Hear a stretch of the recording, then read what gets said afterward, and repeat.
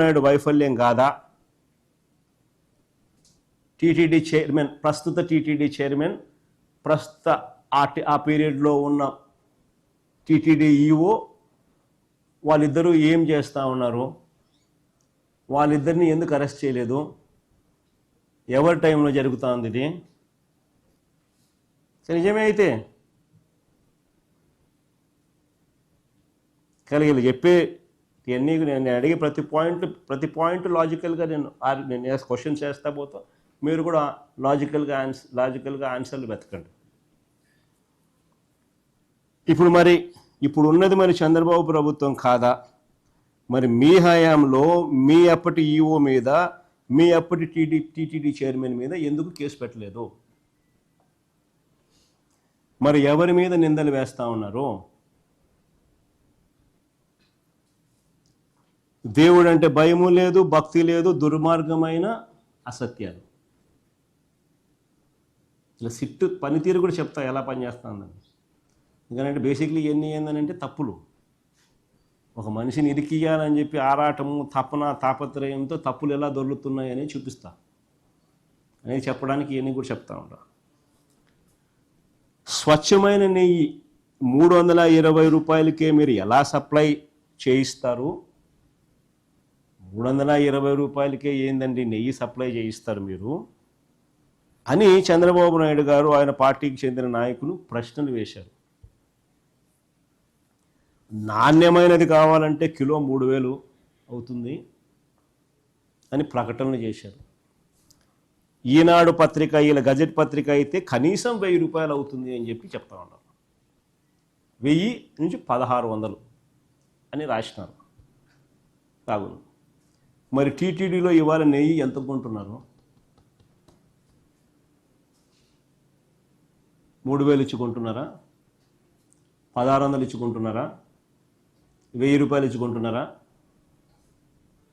పోనీ 2014 నుంచి 19 మధ్య చంద్రబాబు నాయుడు హయాంలో 5 ఏళ్ళు చంద్రబాబు నాయుడు గారు కిలో నెయ్యి 276 రూపాయలు కొన్నాడు. 276 నుంచి 313, 314 రూపాయల మధ్యలో కొన్నాడు.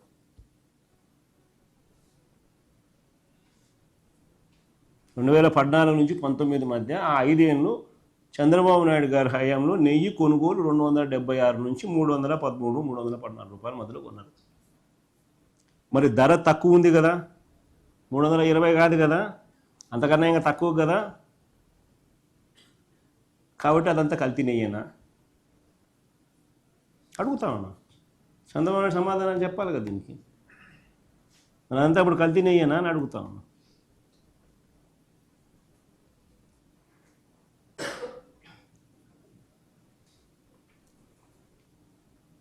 ఇంకోటి గమ్మత్తైన విషయం చెప్పమంటారా? ఇది మరీ గమ్మత్తైన విషయం. ఈ బోలే బాబా అని చెప్పి మధ్యకాలంలో మీ పేరునే ఉంటుంది అంతా. ఎవడనైనా ఈ బోలే బాబా అని చెప్పి నేను కూడా అనుకుంటాను. ఈ బోలే బాబా అని ఎవరు వెళ్ళంతా. బోలే బాబా అని ఈ డైరీ విషయంలో చేస్తున్న దుష్ప్రచారం అంతా ఇంత కాదు. అసలు ఈ బోలే బాబా అనేవాడు ఎప్పుడు వచ్చినాడు? అది టీటీడీ బోర్డు మినిట్స్ ఏమా? ఇది TTD board minutes dated 26th June 2018. అంటే చంద్రబాబు నాయుడు ముఖ్యమంత్రిగా 26th June 2018. ఇక్కడ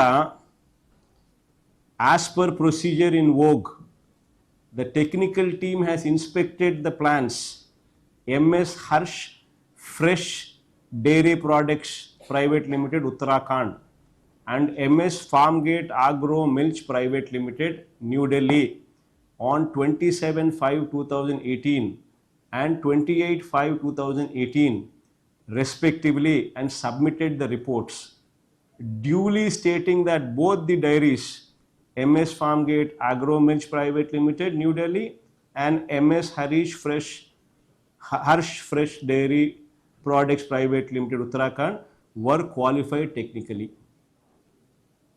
ఎవరి అండి ఇది? బోలే బాబాయ్. ఏ బోలే బాబా తర్వాత ఏ పేరు మార్చి బోలే బాబాయ్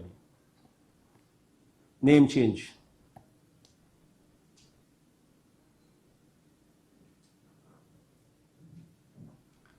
Harsh Fresh Dairy Products Private Limited was the former name of Bole Baba Organic Dairy Milk Private Limited. The same was deemed technically qualified to supply milk by the TTD during May 2018.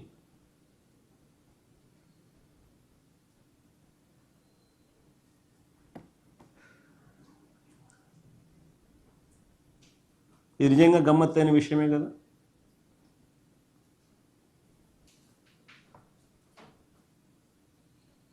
సరే ముందుకు పోదాం. తిరుమలకు నెయ్యిని అనేక కంపెనీలు supply చేస్తూ ఉంటాయి. మామూలుగా తిరుమల ప్రొసీజర్ ఎలాంటిది అని అంటే నెయ్యిని అనేక కంపెనీలు సప్లై చేస్తూ ఉంటాయి. సుమారుగా ప్రతి 6 నెలలకు ఒకసారి టెండర్లు పిలుస్తూ ఉంటారు. ఎవరు తక్కువ కోట్ చేస్తారో వారి దగ్గర నుంచి కొంటా అంటారు. That is generally how the procedure is. ఇంట్లో అసలు ఒక పొలిటికల్ ఇన్ఫ్లుయెన్స్ ఉండదు, ఒకటి చేసేది ఉండదు, ఒకటి పెట్టేది ఉండదు, ఇంకోటి ఉండదు. So robust tendering process, robust guide lines put in place. ఆ రోబస్ట్ గైడ్ లైన్స్ ప్రకారం ఇట్ ఈస్ టెండర్డ్. టెండర్లలో పార్టిసిపేట్ చేస్తారు. చేసిన వాళ్ళు క్వాలిఫై చేసిన వాళ్ళకి L1 ఎవడు ఉంటాడో వాడికి ఇస్తారు. అది జనరలీ జరిగే ప్రక్రియ. రాజకీయాలకు సంబంధం లేదు. అంటే దేవుణ్ణి రాజకీయాలు చేయడానికి వీళ్ళు ప్రయత్నం చేస్తూ ఉన్న పరిస్థితుల మధ్య తప్ప. సప్లై చేసిన కంపెనీ ఏదైనా అమల్లో ఉన్న రోబస్ట్ ప్రోటోకాల్ ప్రకారం సప్లై చేసిన కంపెనీ ఏదైనా ఉండొచ్చు, కానీ అమల్లో ఉన్న ఈ రోబస్ట్ ప్రోటోకాల్ ప్రకారం టెస్టులు చేస్తారు. వాళ్ళు వచ్చేటప్పుడు NABL సర్టిఫికేట్ తీసుకొని రావాలా, లేకపోతే పర్మిట్ చేయరు. ఆ సర్టిఫికేట్ ఒకటే కాకుండా ఆ సర్టిఫికేట్తో పాటు తిరుపతిలో ఉన్న TTD